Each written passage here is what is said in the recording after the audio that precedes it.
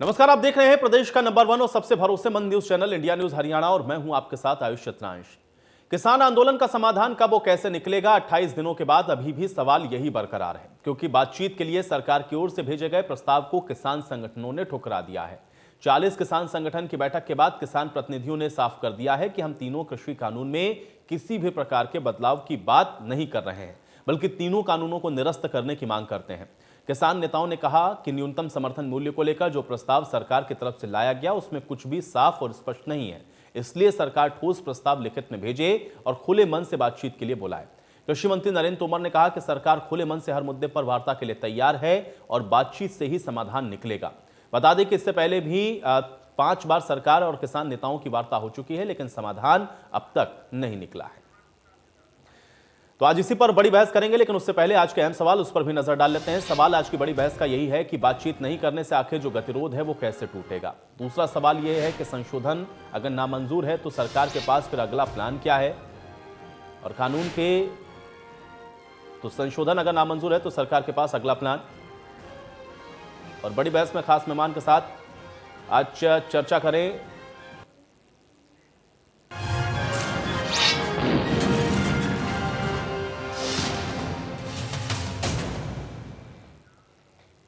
और चलिए बड़ी बहस की शुरुआत करते हैं, लेकिन उससे पहले किसान संगठन की प्रतिक्रियाएं क्या हैं ये भी आपको सुनवाते हैं। मैं पूरी तरह आशावान हूं कि हमारे किसान यूनियंस चर्चा करेंगे और हमने जो उनको आग्रह किया है सरकार की ओर से कि वो सरकार के प्रस्ताव पर क्या टिप्पणी करना चाहते हैं, उस प्रस्ताव पर क्या जोड़ना चाहते हैं, क्या घटाना चाहते हैं, वो हमको बताएंगे। और कब उनको सुविधा है वार्ता करने के लिए वो तारीख और समय हमें बताएंगे। तो भारत सरकार पूरी तरह वार्ता के लिए उनके साथ तैयार है और मुझे पूरी आशा है कि जल्दी ही वो विचार करके निर्णय करके हम तक इसकी सूचना देंगे और हम तत्परता से उनसे वार्ता करेंगे। और मुझे आशा है कि हम लोग समाधान की ओर अग्रसर होंगे। कि मेरी प्रार्थना किसानों से, किसान यूनियन से है कि वो कृषि सुधार बिलों की भावनाओं को समझें, उसके प्रावधानों को समझें, और अगर उन्हें कोई आपत्ति है तो जरूर सरकार को अवगत कराएं। सरकार किसान की हर समस्या पर विचार करने के लिए खुले मन से तैयार है और मुझे आशा है कि हम लोग समाधान की दिशा में बहुत ईमानदारी पूर्वक बढ़ेंगे और रास्ता निकलेगा। क्योंकि इतिहास इस बात का साक्षी है, आंदोलन कितना ही पुराना हो, कितना ही प्रबल हो, लेकिन आंदोलन का समापन और आंदोलन को मंजिल तक पहुंचना यह वार्ता के माध्यम से ही होता है। और इसलिए मुझे पूरा विश्वास है वार्ता होगी और हम लोग रास्ता निकालने में सफल होंगे। केंद्र सरकार की तरफ से Vivek Agarwal, joint secretary CEO PM Kisan, कृषि एंड किसान कल्याण मंत्रालय की तरफ से चिट्ठी हमें आई थी, उन्हीं को हम जवाब दे रहे हैं।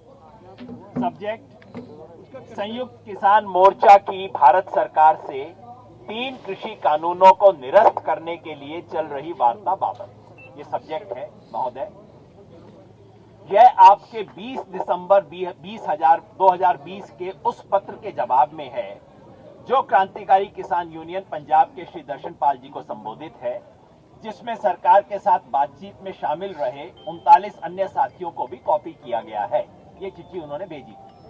पॉइंट 1, हमें अफसोस है कि इस पत्र में आपने पूछा है कि हमारा पिछला पत्र केवल एक व्यक्ति का मत है या कि सभी संगठनों का यही विचार है। हम आपको बता देना चाहते हैं कि डॉक्टर दर्शन पाल जी के नाम से भेजा गया पिछला पत्र और यह संयुक्त पत्र संयुक्त किसान मोर्चा के इस आंदोलन में शामिल सभी संगठनों द्वारा लोकतांत्रिक चर्चा के बाद सर्वसम्मति से बनी राय है।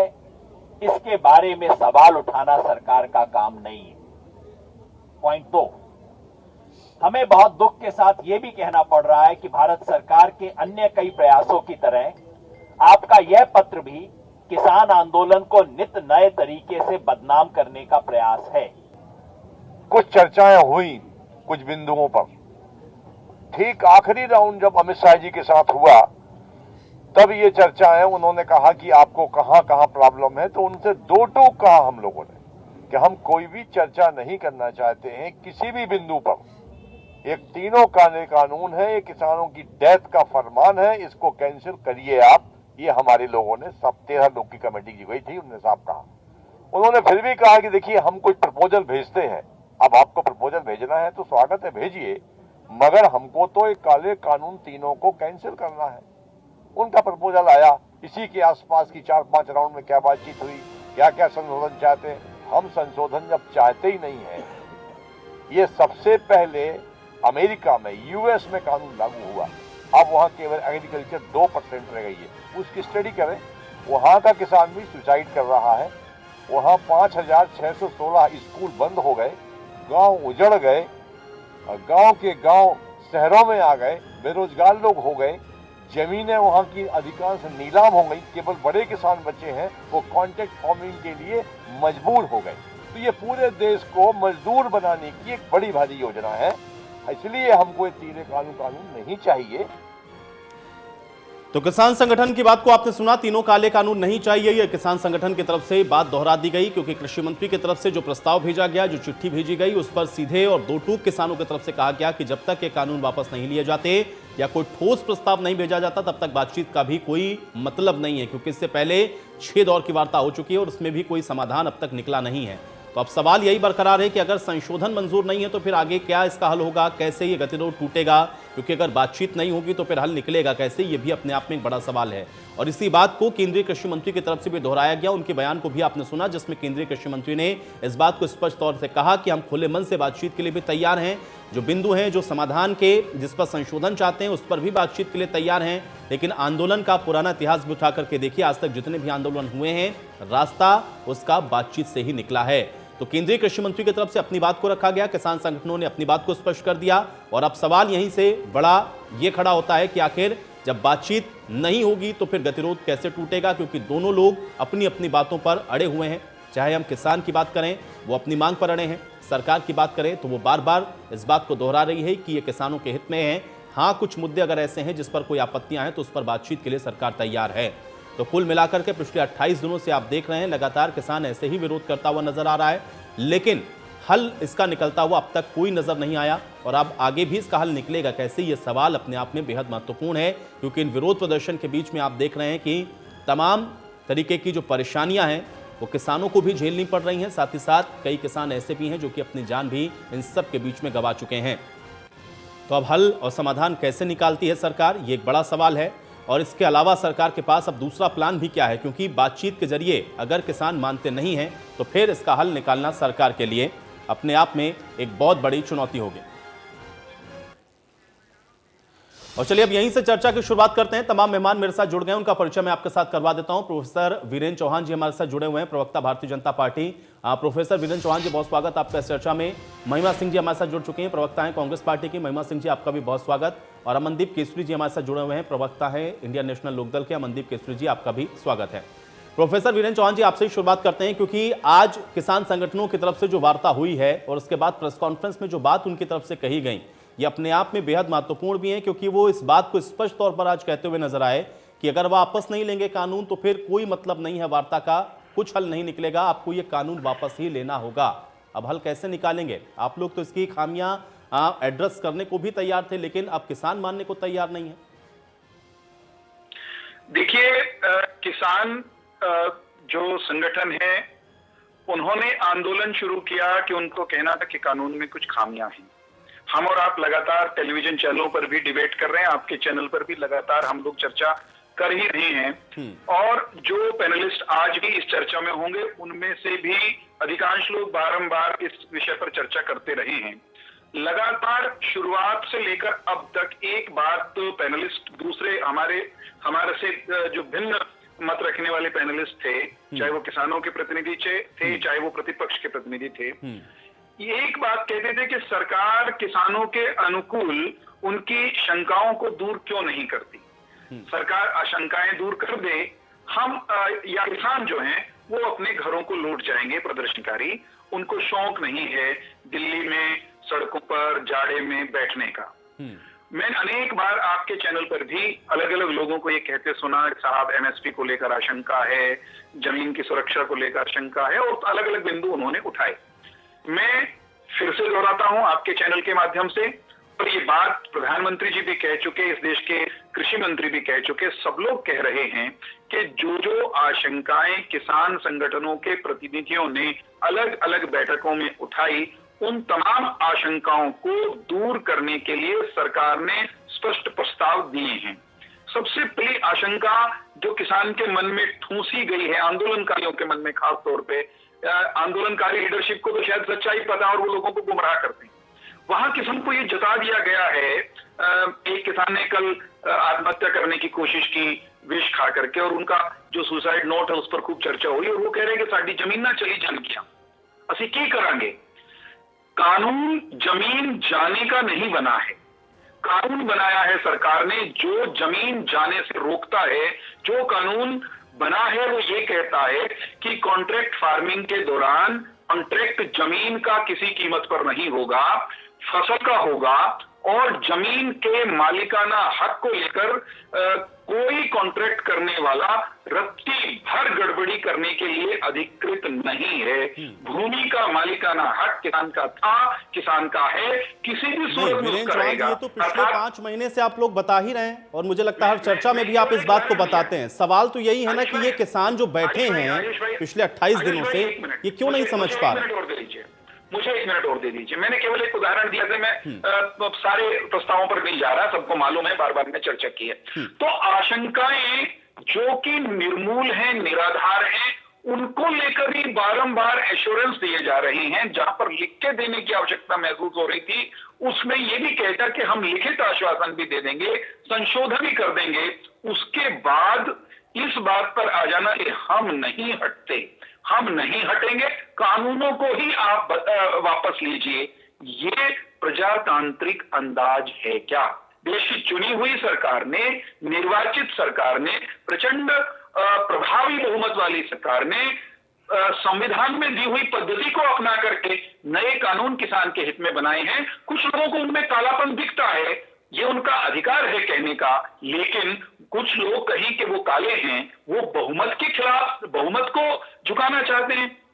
वो देश के बहुसंख्यक किसान जो इन कानूनों के पक्ष में हैं, उन पर हावी होना चाहते हैं।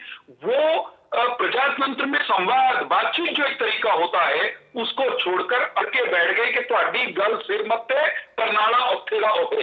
आप कुछ भी करिए। लेकिन वीरेंद्र चौहान जी, यही चीज तो वाइस वर्साना, वो तो ये कह रहे हैं कि आप लोग अपनी हठधर्मिता पर अड़े हुए हैं। भाई किसी को शौक नहीं है कि वो ठंड में बैठे जाकर के, और अगर आप ये भी कह रहे हैं कि उनको मोटिवेटेड कर दिया गया या उनको कुछ लोग बरगला रहे हैं, तो ऐसे कौन लोग हैं, इनको कौन आइडेंटिफाई करेगा? ये भी तो आप लोगों की जिम्मेदारी है ना भाई, उनको लाइए सामने। आधे से ज्यादा मंत्री आपके हैं, आधे से ज्यादा सांसद आपके हैं, अधिकांश विधायक आपके हैं, फिर भी आप नहीं समझा पा रहे हैं। बरगलाने वाले उनको बरगला ले जा रहे हैं, तो ये किसकी खामी है? प्रोफेसर वीरेंद्र चौहान। आयुष भाई, प्रजातंत्र में किसी भी एक बात पर सब लोग कभी भी सहमत नहीं होते। नरेंद्र मोदी जी बहुत प्रचंड बहुमत के साथ देश के प्रधानमंत्री बने हैं, लेकिन उसके बावजूद बहुत लोगों ने बहुत मुखर होकर उनके खिलाफ वोट किया है।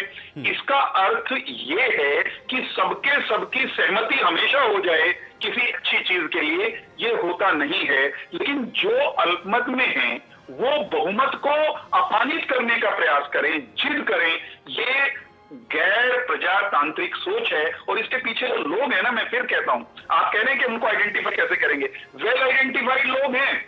उनमें से अधिकांश लोग जो इस आंदोलन को पीछे से आगे से घुमा रहे हैं, जिनके कीबोर्ड पर उंगलियां चल रही हैं, जिनके हाथ में चाबी है, उनके चेहरे सब जानते हैं। वो सोनिया गांधी के एनएसी में मेंबर रहे योगेंद्र यादव हैं, उनके और उनके जैसे और अर्बन नक्सल्स हैं, जिनको प्रजातंत्र में बिल्कुल भरोसा नहीं है। चलिए ठीक है, अब मैं इसका जवाब लेता हूं। महिमा जी भाई जवाब दीजिए। महिमा जी जवाब दीजिए। घूम फिर कर बात आ गई भाई कांग्रेस तक। महिमा जी अब जवाब दीजिए।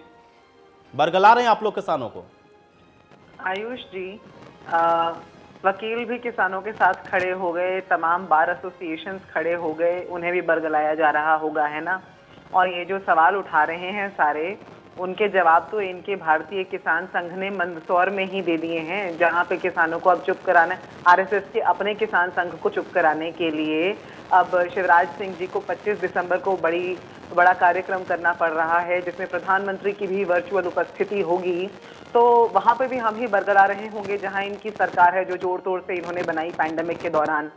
तो इसलिए देखिए आयुष जी, ये बात पहले दिन से कहते आ रहे हैं, पहले ये बोलते रहे सिर्फ पंजाब के किसान हैं, सिर्फ पंजाब के चंद लोग हैं, ये तो वहां पे मौजूदा जो सरकार कांग्रेस की है उनके आवेश में, उनके इन्फ्लुएंस में आकर के कर रहे हैं। फिर हरियाणा के किसान भी आ गए, फिर पश्चिमी यूपी के किसान भी आ गए, फिर राजस्थान के भी आ गए, और अब तो मध्य प्रदेश में जो किसान संगठन जो इनके आरएसएस से ही जुड़ा हुआ है, अब तो वो भी आ गया, वो एसडीएम के ऑफिस के बाहर जाकर धरने पर बैठ गया। वहां पर किसान संघ की नेतृत्व में जाकर के धरने पर बैठ गया। तो अब मुझे ये बताइए, उसमें कांग्रेस के बरगलाने या किसी के भी बरगलाने की बात कहां से आती है? वो तो अंदरूनी तौर पर इनके वहां से ही उठ रही है ना। और जो शुरुआत में ही आपने रिपोर्ट दिखाई आयुष जी, उस रिपोर्ट में वक्ता को तो मैं आइडेंटिफाई नहीं कर पाई कौन बोल रहे थे, लेकिन बहुत उचित बोल रहे थे कि यूएसए में जहां पर इन कानूनों को बहुत पहले, इस प्रकार के कानूनों को लाया गया था, वहां पर यदि आप देखें तो आज की तारीख में एग्रीकल्चर का स्टेटस बहुत ज्यादा गिर चुका है। आप बात करते हैं कॉन्ट्रैक्ट फार्मिंग की, आप बार बार ये बोलते हैं कोई किसान को जबरदस्ती नहीं है, कोई जबरदस्ती आकर के आपकी जमीनें नहीं लेगा। आप आयुष जी, आप और मैं, हम पढ़े लिखे समृद्ध लोग हैं समाज के, जो यहाँ बैठ करके हम प्रिविलेज्ड हैं, ये इन बातों पे यहाँ अपने घरों के कंफर्ट में बैठ के या स्टूडियो के कंफर्ट में बैठ के डिस्कस डिबेट कर रहे हैं। हम ये बात जानते हैं कि जब अच्छे अच्छे कॉरपोरेट कंपनीज भी बड़े बड़े देशों के कॉन्ट्रैक्ट्स लिखते हैं, तो उनके अंदर भी ऐसे दाव पेच होते हैं कि वो उसको आम व्यक्ति का समझ पाना मुनासिब मुमकिन नहीं होता। ये तो किसान है, अब ये कह रहे हैं किसानों को हमने बरगला लिया। अब ये बताइए, जो भोले भाले किसान हैं जिन्हें हम बरगला पा रहे हैं, कल को ये कॉन्ट्रैक्ट्स के दाव पेचों को कैसे समझेंगे? अब कोई व्यक्ति अच्छा ल्यूक्रेटिव से ऑफर लेकर आएगा तो किसान सोचेगा हाँ ये महिमा जी आपने बड़ा सवाल उठाया है, ठीक है, इसका जवाब मैं वीरेंद्र जी से ले लूंगा, क्योंकि कंडीशन सप्लाई हर जगह होती है, वो ना बड़ा छोटा सा स्टार बना होता है, नीचे लिखा होता है, वही तो समझने की जरूरत है। दो लोग और हमारे साथ जुड़ रहे हैं चर्चा में, उनका परिचय मैं करवा देता हूं। मैं आऊंगा वीरेंद्र जी, मैं आऊंगा। लखविंदर जी हमारे साथ जुड़ रहे हैं, लखविंदर सिंह जी किसान नेता है। लखविंदर सिंह जी बहुत स्वागत है आपका। और अमित नेहरा जी हमारे साथ वरिष्ठ पत्रकार जुड़ रहे हैं। अमित जी आपका भी बहुत स्वागत है। अमनदीप जी मैं आपके पास आ जाता हूं। मैं कई बार आपसे इस विषय पर चर्चा कर चुका हूं, लेकिन आज भी वही विषय बरकरार है, इसलिए सवाल भी मेरा फिर वही है। मुझे यह बताइए, क्योंकि किसानों की तरफ से जो बातचीत को एक चिट्ठी भेजी गई, जो प्रस्ताव भेजा गया, उसको यह कह दिया गया कि अगर आप वापस नहीं लेंगे तो बातचीत का कोई मकसद नहीं। अब बिना बातचीत के हल कैसे निकलेगा अमनदीप जी? क्या यहां से कोई रास्ता बनता हुआ दिख रहा है आपको? जी आयुष जी, मैं लगभग परसों भी आपकी जो डिबेट पे यही मुद्दा था। देखिए, सरकार का ये प्रोपगंडा है, मैं बिल्कुल सीधे स्पष्ट तौर पे मुद्दे पे आ जाता हूँ कि इस तरह से प्रोपगंडा दिखाना है कि सरकार मांगे मान रही है, लेकिन असल में सरकार जस से तस नहीं हो रही। सरकार बिल्कुल भी मांगे नहीं मान रही। और आज किसान नेताओं ने प्रेस कॉन्फ्रेंस में उस पर विस्तार से समझाया भी है, वो आप समय के कारण दिखा नहीं पाए होंगे पूरा। किसान नेताओं ने बताया कि एमएसपी में दो चीजें होती हैं, एमएसपी जारी करना और एमएसपी लागू करना।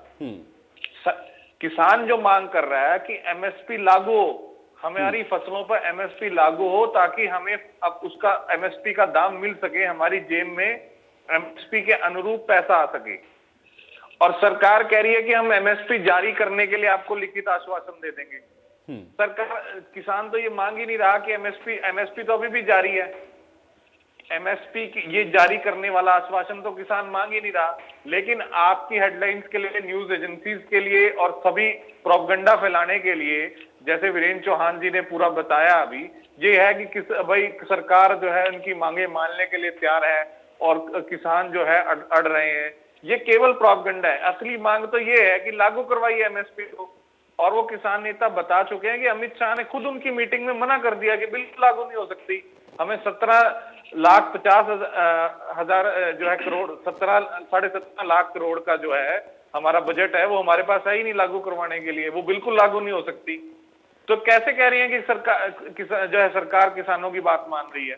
बिल्कुल नहीं मान रही। और सबसे मैं एक और आपको शुरुआत में ले जाऊंगा आयुष जी। ये देखिए, किसानों ने आंदोलन शुरू किया, बिल्कुल वीरेंद्र चौहान जी झूठ बोल रहे हैं। पहले दिन से किसानों ने कहा कि काले कानून है और किसान का डेथ वारंट है। ये कहा या नहीं कहा? पहले दिन से कहा। अब वो क्यों काले कानून है और डेथ वारंट है? नहीं अमनदीप जी ठीक है, काला कानून शब्द देखिए राजनीतिक तौर पे पहले शुरू हुआ। नहीं इसको थोड़ा करेक्ट करिए। और दूसरा ये है कि कुछ आपत्तियां थी। देखिए नहीं अमनदीप जी, देखिए इस बात पे मैं आपको भी रोकूंगा क्योंकि मैं भी पहले दिन से चर्चा कर रहा हूं इन विषयों पर। आपत्तियां थी किसानों को बहुत सारे विषयों पर और बहुत सारे बिंदुओं को लेकर के गए थे बातचीत करने के लिए, लेकिन ये धीरे धीरे हुआ है कि अब आपको ये कानून वापस लेना पड़ेगा। ये कैसे हुआ है, ये सवाल बरकरार है, महत्वपूर्ण है। ठीक है, मैं कह रहा हूँ आप अपनी लाइब्रेरी से एक बयान दिखा दीजिए जबकि किसान नेता ने ये कहा हो कि हम आपत्तियों के लिए जा रहे हैं।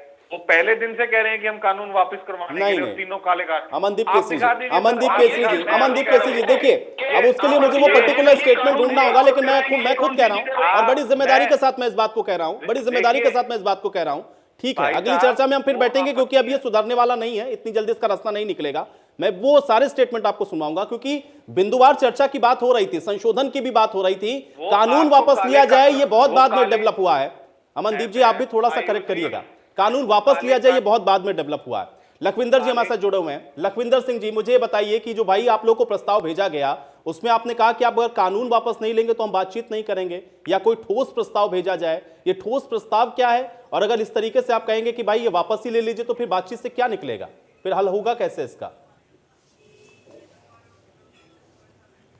पहले तो सभी देशवासियों को किसान दिवस की लाख लाख बधाई।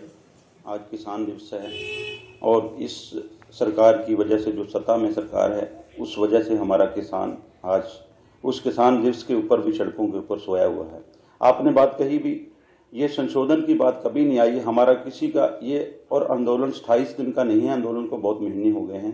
28 दिन के हम दिल्ली 26 से हमारे जो दिल्ली आए हुए हैं, इससे पहले आंदोलन अलग अलग प्रांतों में चल रहा था, सभी प्रांतों में आंदोलन चल रहा था। ये 28 दिन का आंदोलन नहीं है, ये कई महीनों का आंदोलन है। हमारे पंजाब के भाई, हरियाणा के भाई, पूरे भारतवर्ष के सभी प्रांतों के भाई अपने अपने प्रांतों में आंदोलन कर रहे थे।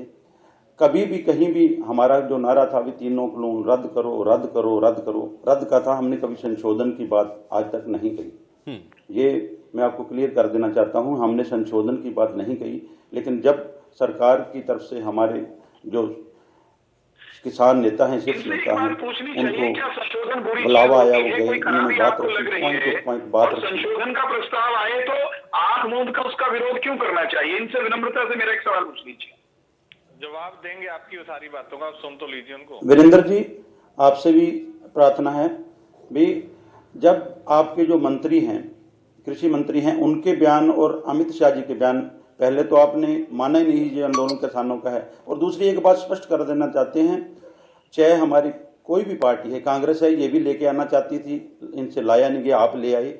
हम इस डिबेट को कांग्रेस, बीजेपी या किसी और पार्टी की डिबेट नहीं करेंगे, ये हमारे किसानों का मुद्दा है। कृपया इसको किसानों का ही रहने दें। आप बार बार बैकफुट पे को चला रहा है, कोई चला रहा है अपने पूरे आपकी IT सेल से, आपके साधनों से, आपके संसाधनों से, आप सरकार में हैं, आपने सब कुछ पता करा लिया भी ये निरोल किसानों का आंदोलन है, इसमें कोई राजनीति नहीं कर रहा।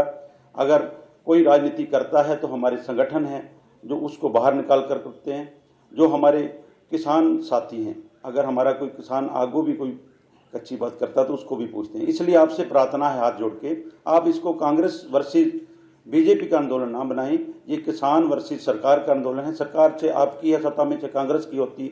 हमारा जिस सरकार ने ये इन कानूनों को बनाया है, जो काले कानून हमारे ऊपर थोपे गए हैं, जो हमने मांगे नहीं थे, उनके खिलाफ हमारा आंदोलन पहले दिन से चला हुआ है।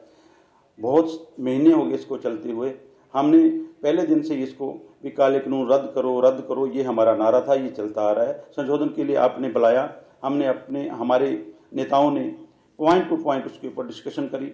आपके नेता लोग जो कभी कहीं जाके, आप देखो, आप लोकतंत्र है, लोकतंत्र में सबको, आपने बात बहुत अच्छी कही, सबको अधिकार है बात रखने का, लेकिन आप हमारे खिलाफ एक लोकतंत्र में एक और कड़ी जोड़ना चाहते हैं। कभी कहीं इकट्ठे करके किसान, ये देखो जी, ये किसान ट्रैक्टरों पे जा रहे हैं, ये कहीं किसी डिस्ट्रिक्ट में, कहीं किसी प्रांत में आप इकट्ठे होकर किसानों की रैलियां निकाल रहे हैं, किसानों से किसानों को लड़ाने का काम कर रहे हैं। आपसे प्रार्थना है आप ऐसा काम ना करें। ये किसान बहुत विनम्रता से एक बात कहना चाहता हूं। चलिए लखविंदर जी की बात का जवाब दीजिएगा वीरेंद्र जी। अमित जी भी हमारे साथ चूंकि मौजूद है, अमित जी का भी मैं रुख कर लेता हूं। अमित नेहरा जी, अगर बातचीत का ये सिलसिला टूट जाएगा और बातचीत अगर नहीं होगी, और ये कहा जाए, दोनों पक्षों की मैं बात कर रहा हूं, क्योंकि सरकार बार बार ये कह रही है कि अगर आप बातचीत करिए, बिंदुवार संशोधन हम कर सकते हैं, कानून वापस लेने वाली जो स्थिति है उसको एक तरीके से हम समझ सकते हैं कि सरकार का भी स्टैंड बिल्कुल क्लियर है उस पर। अब ऐसे यहां से अगर हम लोग देखें तो आगे का रास्ता क्या नजर आ रहा है, क्योंकि आज तो किसानों ने भी स्पष्ट कर दिया है कि भाई हम बातचीत से कोई हल होना नहीं है इसका, क्योंकि आप जब तक इस वापस नहीं लेंगे तब तक हम हटने वाले नहीं है। तो अब होगा क्या, नेहरा जी? देखिए इसका तो एक ही जवाब है। इसका जवाब सीधा सा ये है कि टकराव होगा, क्योंकि ना तो सरकार झुकने को तैयार है, ना किसान झुकने को तैयार है। लेकिन ये नौबत आई क्यों यहाँ तक? सबसे बड़ा सवाल ये है कि यहाँ तक पहुंचाया किसने स्थिति को। तो उसमें भी देखिए दोनों तरफ की हठधर्मिता मैं कहूंगा कि कोरोना काल में जब लॉकडाउन चल रहा था तो अध्यादेश लाने की क्या जरूरत थी? ऐसी क्या इमरजेंसी थी सरकार के आगे कि एकदम वो अध्यादेश के रूप में लेके आई, बिना चर्चा किए इसको अध्यादेश बना दिया। फिर दूसरी बात ये है, जब ये पारित हुआ तो विपक्ष भी नदारद था। अब किसानों ने ये देख लिया भाई विपक्ष की भी नहीं सुन रही है सरकार, तो खुद ही अपना उठाओ हथियार। जो भी इन्होंने किया है प्रदर्शन, 2 महीने से हरियाणा में प्रदर्शन हो रहे थे, पंजाब में भी हो रहे थे, लेकिन उनकी सुनी नहीं गई, उनके ऊपर ध्यान नहीं दिया गया। फिर इन्होंने रुख किया दिल्ली का, क्योंकि दिल्ली अटेंशन का केंद्र है। यहाँ पे सारी जो मीडिया है, सारा जो इलीट ग्रुप है, और एक नजरें होती है ना देश की राजधानी पे, तो वहां पे इनको अटेंशन मिलनी थी, तो ये आगे हैं अब। तो देखिए पहले जब ये कानून बना तो सरकार ने बिल्कुल नहीं माना था कि इसमें खामियां हैं। उन्होंने कहा था ये बिल्कुल फिट है, हमने सही दिया है, एक तोहफा दिया है किसानों को। लेकिन जब किसानों के साथ बात हुई तो सरकार ने मान लिया कि इसमें खामियां हैं, तो इसका मतलब कहीं ना कहीं खामी तो है, गड़बड़ तो है।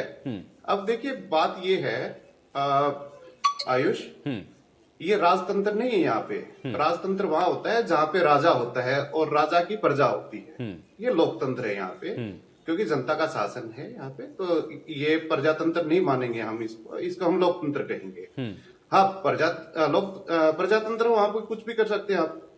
तो अच्छा, दूसरी बात ये है, अब ये बात कह रहे हैं कि सरकार कह रही है कि हमारे पास 300 से ज्यादा सांसद हैं बीजेपी के पास, तो हमने जो कर दिया फाइनल है, हम ज्यादा नहीं सुनेंगे, हमने जो कानून बना दिया। लेकिन क्या है कि जब शक्ति होती है तो 400 से ज्यादा सीटें जीत के आने वाली जो पार्टियां होती हैं, उनके प्रधानमंत्री भी किसानों के पास गए हैं।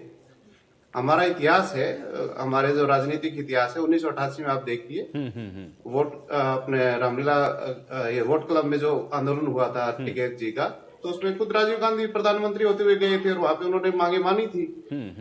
तो देखिए मानने में कोई हर्ज नहीं है, सरकार को भी दरियादिली दिखानी चाहिए, उधर किसानों को भी देखना चाहिए कि भाई क्या उनके हित में है, कितना उनको ओढ़ना चाहिए।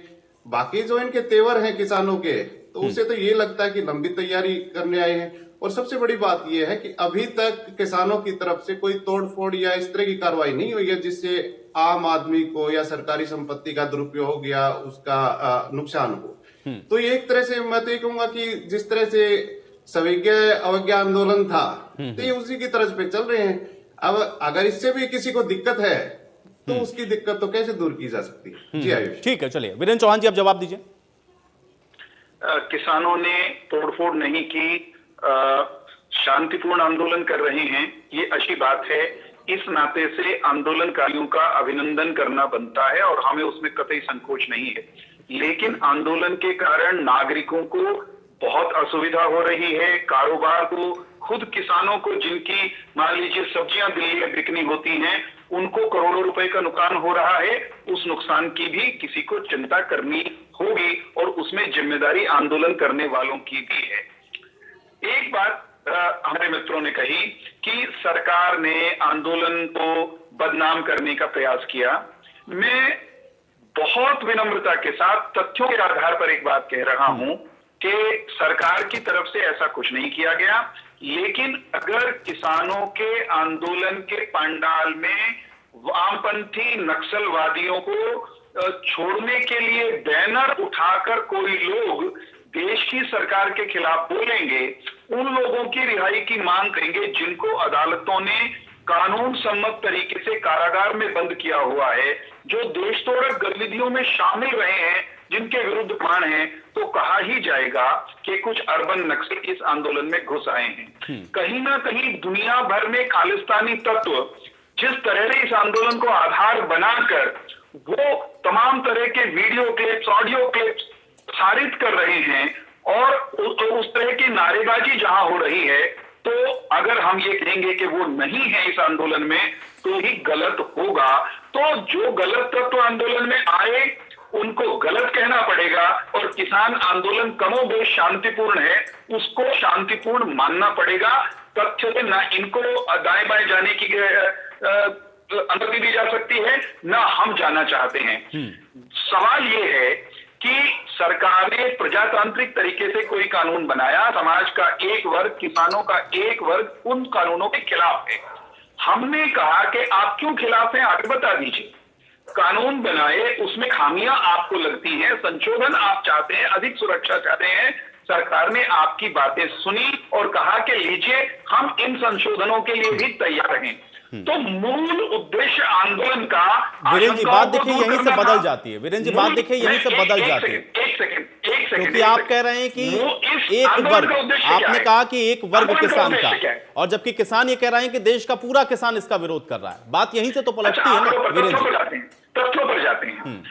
एक बात तो ये कि किसानों का एक वर्ग और अपेक्षाकृत जो सत्य स्वीकार लोग नहीं कर रहे, पंजाब के किसान जिनके पीछे वहां की पूरी सरकार समर्थन में खड़ी हुई है, वे आंदोलन कर रहे हैं। और वे आंदोलन कर रहे हैं जिनकी राज्य सरकार ने यह कह दिया कि हम तो कानूनों को मानते ही नहीं, हम तो इनको निरस्त करेंगे, हम इनको अपने प्रदेश में लागू नहीं करेंगे। ये फैक्ट है। लेकिन हम ये भी मान लें कि उत्तर प्रदेश के भी कुछ किसान हैं, हरियाणा के भी कुछ किसान इस आंदोलन में हैं, देश के दूसरे हिस्सों के भी हैं। लेकिन देश के दूसरे हिस्सों के अधिसंख्यक किसान, बहुसंख्यक किसान, वे कानूनों के खिलाफ नहीं हैं। किसान मैं भी हूं, मैं भी गांव में रहता हूं, मेरे गांव से एक भी व्यक्ति आंदोलन में नहीं गया। मेरे जिले से मुट्ठी भर लोग आंदोलन के पक्ष में हैं, अधिकांश लोग कानूनों के पक्ष में, कानूनों को बनाए रखने के पक्ष में है। तो जब मतभेद होते हैं तो मतभेद में किसी एक का धक्का नहीं चलता। एक तरीका है प्रजातंत्र में कि जो बहुसंख्यक लोग हैं, जिस पक्ष में अधिकांश लोग हैं, उस बात को माना जाता है। एक बात अभी अमित जी ने कही, बड़ी अच्छी बात कही कि प्रजातंत्र में हमसे भी ज्यादा बहुमत वाले प्रधानमंत्री गए आंदोलन में सुनने के लिए। हमने कब कहा कि जाना नहीं चाहिए। अमित जी, इस सरकार ने भी आंदोलनकारी किसानों और उनके प्रतिनिधियों से ये जानते हुए भी कि उनमें कुछ गलत लोग भी घुसे हुए हैं, लगातार बातचीत के दरवाजे खुले रखे और बातचीत की प्रक्रिया में ये कहा कि हमारे हिसाब से कानून में खामी नहीं है, लेकिन फिर भी आपकी संतुष्टि के लिए हम ये संशोधन करने के लिए तैयार हैं। लेकिन किसानों की स्थिति का एक विवरण, एक चित्रण मैं अपने ऊपर डाल के और अपने बचपन की एक वास्तविक घटना का वर्णन कर रहा हूं। नितांत व्यक्तिगत, मैं छोटा बच्चा था, मुझे याद है, लेकिन एक दिन मेरा स्कूल जाने का मन नहीं था। ये काल्पनिक बात नहीं है, मेरे साथ बीती हुई है या मैंने ऐसा किया था। और मुझे लगता है किसानों का नेतृत्व आजकल ऐसा कर रहा है। मुझे स्कूल जाने का मन नहीं था शायद, तो मैंने कहा, जब मेरी माता ने मुझे स्कूल लंच में आधा पराठा हर रोज मिलता था, तो मुझे जाने का मन नहीं था। मैंने कहा नहीं मम्मा, मैं तो आज एक पराठा लेकर जाऊंगा। मेरी माता को मालूम था कि इससे आधा पराठा भी नहीं खाया जाता, बहुत बार वो वापस आता है। तो मेरी माता ने कहा नहीं बेटा, तो आधा भी नहीं खाता। दादी ने कहा कि बहू अगर ये एक ले जाना चाहता है तो दे दो, एक वापस आ जाएगा। मेरी माता ने आधे के बजाय एक पराठा लंच बॉक्स में रख दिया। मुझे लगा तो मान ली गई, असल में तो जाना स्कूल नहीं है। तो मैं कहा नहीं, मैं तो 2 पराठे लेकर जाऊंगा। मेरी माता को गुस्सा आया। दादी ने फिर कहा बहू कोई बात नहीं, 2 रख दे। अब 2 रख दिए तो भी बालक वीरेंद्र को शायद स्कूल नहीं जाना था, मामला कुछ होता, पराठे मसला नहीं था। उसने कहा नहीं 3 दो। तो कुछ इस तरह से इस मोड में आंदोलनकारी किसानों का नेतृत्व लगता है। किसान जो वहां बैठे हैं उनको तो बरगलाया गया, उनमें से अधिकांश को तो ये भी नहीं मालूम कि कानून में वास्तविक खामियां क्या हैं। उनकी लीडरशिप जाके कह देती है पार्टी धरती गई। ठीक है, उनको पता नहीं खामियां क्या है तो आप फायदे ही बता देते ना भाई। देखिए वीरेंद्र जी, यही तो सवाल है ना कि जो बैठे हैं उनको कोई एड्रेस ही नहीं कर पा रहा है, ना लोग बता पा रहे खामियां क्या है, ना लोग ये समझा पा रहे हैं उसके फायदे क्या है। किसान बेचारा परेशान हो रहा है, यही समझाना है ना। ठीक है महिमा जी, बहुत जल्दी से महिमा जी, ज्यादातर किसान वहां के पहुंचे जो कि कांग्रेस शासित प्रदेश हैं। छुटपुट किसान ऐसा है जो कि बीजेपी शासित प्रदेशों का पहुंचा हुआ है, इसलिए वहां पर लोग समझ रहे हैं। आप लोग पॉलिटिकली इसको जो है कहीं ना कहीं मोटिवेट करने की कोशिश कर रहे हैं। महिमा जी, मैंने आज के कार्यक्रम की शुरुआत में ही अपने ओपनिंग आर्ग्यूमेंट, अब ये सुनेंगे नहीं, देखिए अभी तक कहानियां कथाएं आपकी पूरी नहीं हुई, अब आप दूसरों की दूसरों का पक्ष भी सुनिए। चलिए वीरेंद्र जी आप सुन लेते हैं। वीरेंद्र जी देखिए मैंने आपको बहुत समय दे दिया, अब महिमा जी की बात सुनते हैं। अब महिमा जी की बात सुन ली और पीड़ादायक है कि आपके बचपन में 2 पराठे मांग रहे थे तो 2 मिले। वीरेंद्र जी महिमा जी की बात को सुन लीजिए। वीरेंद्र जी देखिए मैंने आपको पूरा समय दिया, अब महिमा जी की बात को सुनते हैं। पड़े हुए हैं हम। आज देखिए ऐसा है आयुष जी कि कार्यक्रम की शुरुआत में ही मैंने मंदसौर की बात उठाई और मंदसौर में आरएसएस के किसान संघ की बात उठाई जो एसडीएम के ऑफिस के सामने जाकर धरने पे बैठ गए। वो तो कांग्रेस शासित प्रदेश नहीं है, वहां पर तो आरएसएस के किसान संघ को कांग्रेस नहीं बरगला रही है। अब मैं आ जाती हूँ प्रजातंत्र का उपहास उड़ाने की बात पर, जो शुरुआत में भाजपा के प्रतिनिधि ने कही कि ये जो ऐसी विरोधी ताकतें हैं वो प्रजातंत्र का उपहास कर रही हैं। प्रजातंत्र का उपहास तो इस प्रकार से ये पीड़ादायक है कि अपने निजी उदाहरण जो हम दे रहे हैं कि किसानों की मांगना अपने बचपन में एक अधिक पराठा मांगने के बराबर है, ये पीड़ादायक है ये सुनना। क्योंकि देखिए ऐसा है कि जब पीएसयू की प्राइवेटाइजेशन की बात अभी सुनेंगे नहीं, अब ओवरलैप करते रहेंगे। देखिए आपकी बात, हम आपकी गलत बातों को भी तवज्जो देकर के सुनते हैं, आपके बचपन के किस्से कहानियों को भी इतने सीरियस प्लेटफॉर्म पर सुनते हैं। आप दूसरों के अवसर का सम्मान करें प्लीज। ऐसा है कि पीएसयूज की प्राइवेटाइजेशन की जब इन लोगों ने बात की और ये कहा ऐसा नहीं होगा, किसी को अफेक्ट नहीं होगा, बीएसएनएल के जो हजारों कर्मचारियों से फोर्स्ड सिग्नेचर्स, फोर्स्ड रेजिग्नेशन, इस्तीफे जबरन करवाए गए हैं और मैं ऐसे बहुत से केसेस को पर्सनली जानती हूं Ayush ji. I am speaking with authority, मैं बिल्कुल निजी तजुर्बे के साथ, निजी अनुभव के साथ बोल रही हूँ। तभी ये कहा था पीएसयूज की प्राइवेटाइजेशन से ऐसा नहीं हुआ। खुद तो कोई पीएसयू खड़ी की नहीं और जो पीएसयू 70 साल में खड़ी की गई थी जिनसे इस देश की जीडीपी बनी, उन सबको बेच डाला, गिरा डाला, देश को खत्म करने की तरफ जा रहे हैं। आज आपसे शुरू में जो मैंने सवाल उठाया था कि कॉन्ट्रैक्ट की निटिग्रिटीज को, उसकी महीनताओं को किसान कैसे समझेगा, उसका जवाब इनके पास नहीं है। प्रजातंत्र का उपहास उड़ा रहे हैं, ये बात ये कह रहे हैं, ये हाईवे ब्लॉक करने की बात कह रहे हैं कि सब्जी वाले अपनी सब्जी नहीं बेच पा रहे हैं, करोड़ों चीजों का नुकसान हो रहा है। अनप्लान्ड लॉकडाउन की वजह से एमएसएमईज का कैसे नुकसान हुआ सबको मालूम है। और हाईवे ब्लॉक किसानों ने नहीं किया है, किसान दिल्ली जा रहे थे, हम बार बार दोहरा रहे हैं। किसान अपनी सरकार से मिलने दिल्ली जा रहे थे, जंतर मंतर तक जाना चाहते थे। वहां पर रास्ते में बार्ब्ड वायर, कटीली तारे बिछा करके या बैरिकेड्स लगा करके हाईवे को ब्लॉक किया गया है सरकार के द्वारा।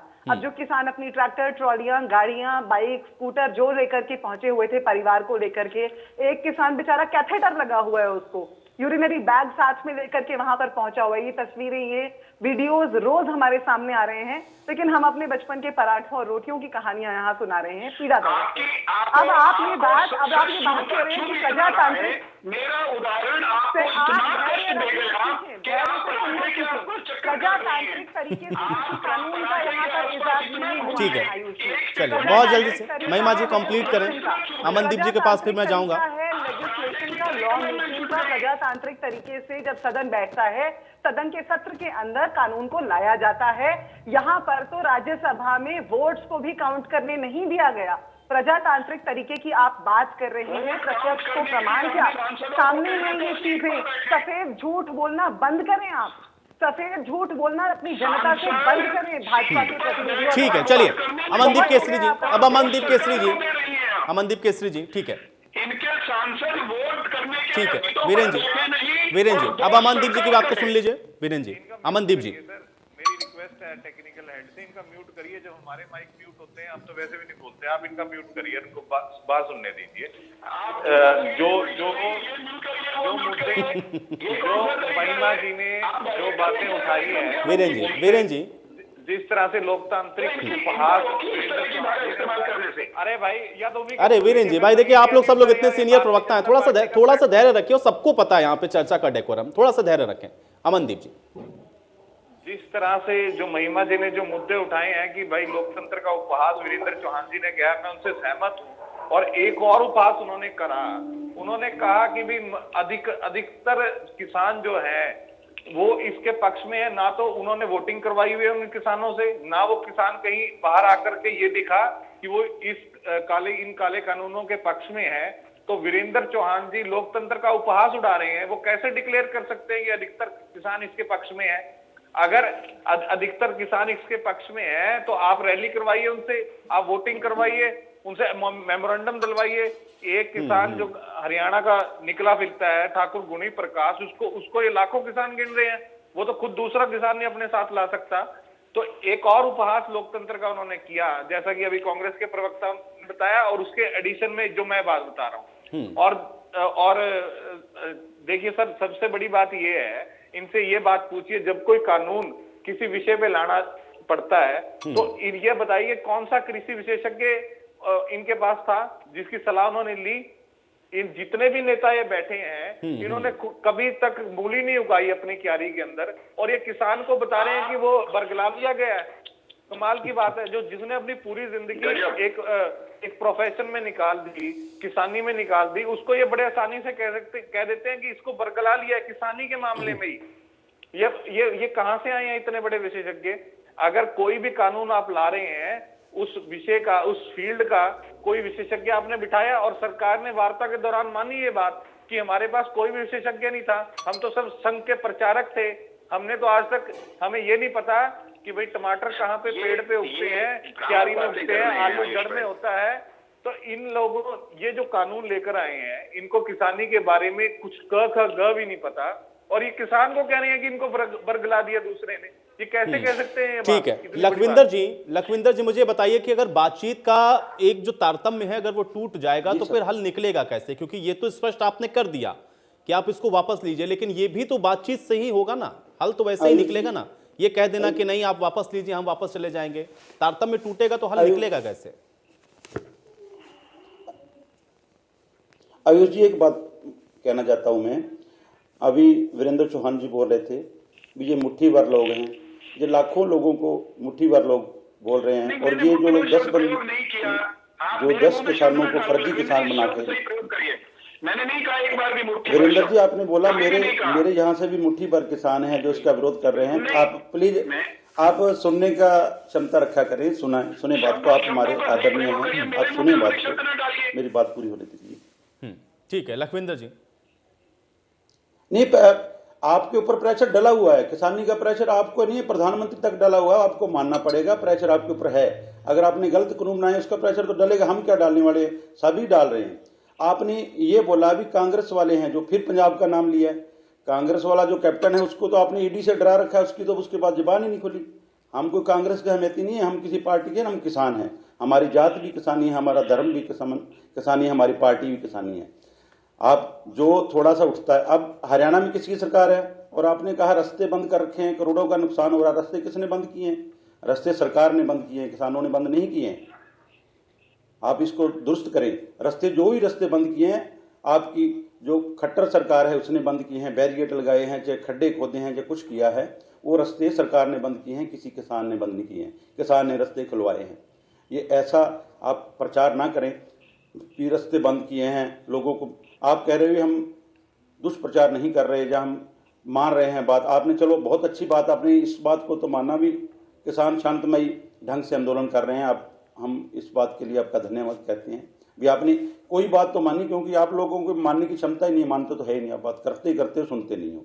एक तरफ आपका कृषि मंत्री पहले तक आप बयान दे रहे थे भी ये किसान नहीं है, ये कोई किसी को जातिवाद में मोड़ा, किसी को प्रांत में मोड़ा, किसी को कुछ मिला, फिर आपके गृह मंत्री अमित शाह में बोला भी ये हमारे जो जथेबंदी के आगू गए थे, अब उन्होंने पूछा, सवाल किया भी हम किसान हैं, कहता बिल्कुल किसान हैं। चलो आपने किसान मानना शुरू कर दिया। तो इसलिए आप इस बातों में ना जाएं कि हमने रास्ता ब्लॉक किया है, हमारे जो वहाँ किसी भी बॉर्डर पे बैठे हैं, मैं सभी बॉर्डरों पे गया हूँ, पलवल बॉर्डर पे, गाजीपुर बॉर्डर पे, शाहजहाँपुर बॉर्डर पे, टिकरी बॉर्डर पे, कुंडली बॉर्डर पे। वहाँ की जो भी लोकल आवाम है उससे पूछिए क्या दिक्कत है हमको, हमारे से कोई दिक्कत नहीं है किसी को। दिक्कत आपने अगर हमारी बात सुनी होती तो पंजाब में पंजाब वाले बैठे थे, हरियाणा में हरियाणा वाले बैठे थे। अब आप पंजाब पंजाब करते हो, सबसे ज़्यादा किसान हरियाणा के हैं, हरियाणा में बीजेपी की सरकार है। हेलो जी जी लखविंदर जी, मैं सुन रहा हूँ। आयुष भाई, ठीक है। अमित जी, एक चीज मैं आपसे ये जानना चाहूंगा, क्योंकि यहीं से अब मुझे आगे का रास्ता, कि आप एक वरिष्ठ पत्रकार होने के नाते थोड़ा समझाते चलिए, क्योंकि किसान अपनी बात को बिल्कुल स्पष्ट तरीके से कह रहा है, सरकार समझा रही है, बार बार कह रही है कि देखिए ये आपके हित के लिए है।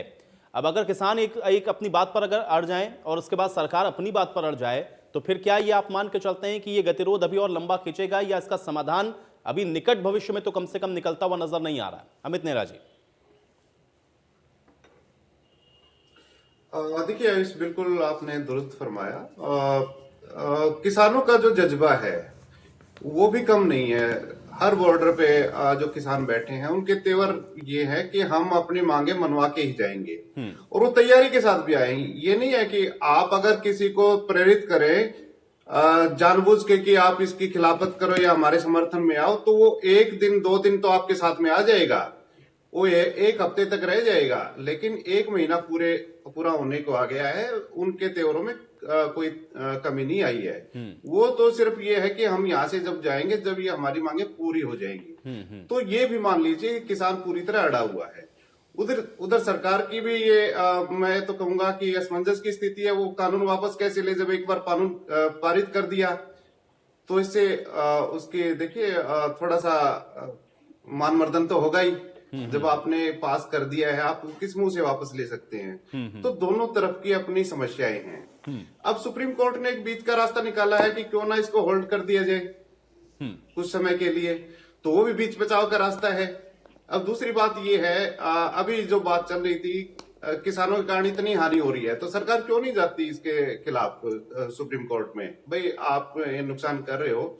सीधी सी बात ये है, क्योंकि सरकार के पास कोई एविडेंस नहीं कि किसानों के कारण रास्ते जाम हुए, क्योंकि रास्ते तो खुद सरकार ने जाम कर रखे हैं। पहले हरियाणा जाम किया, अब दिल्ली जाम कर दी सरकार ने।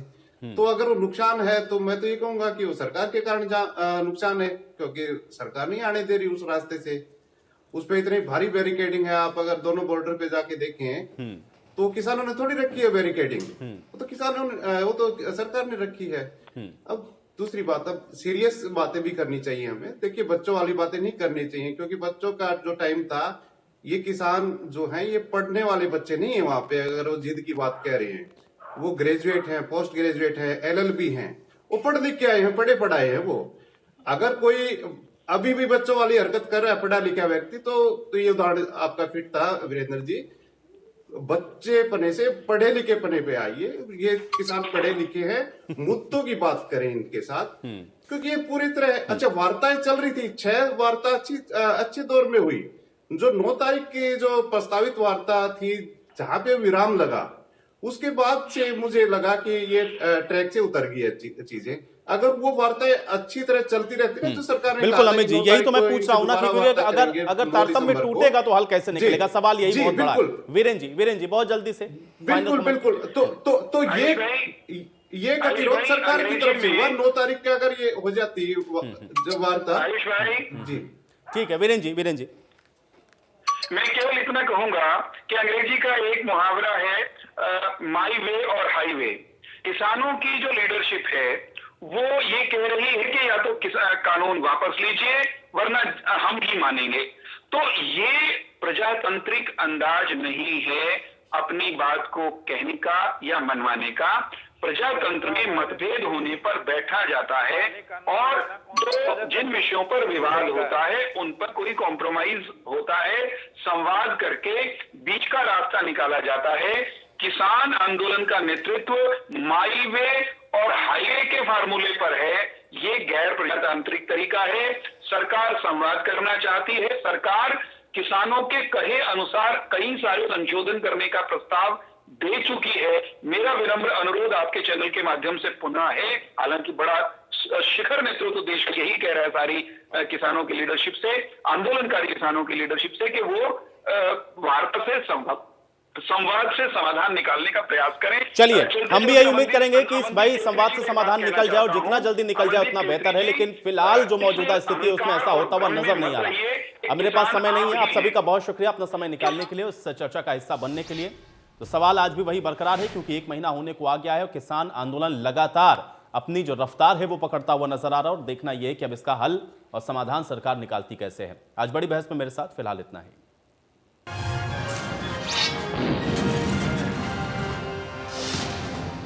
के बड़क से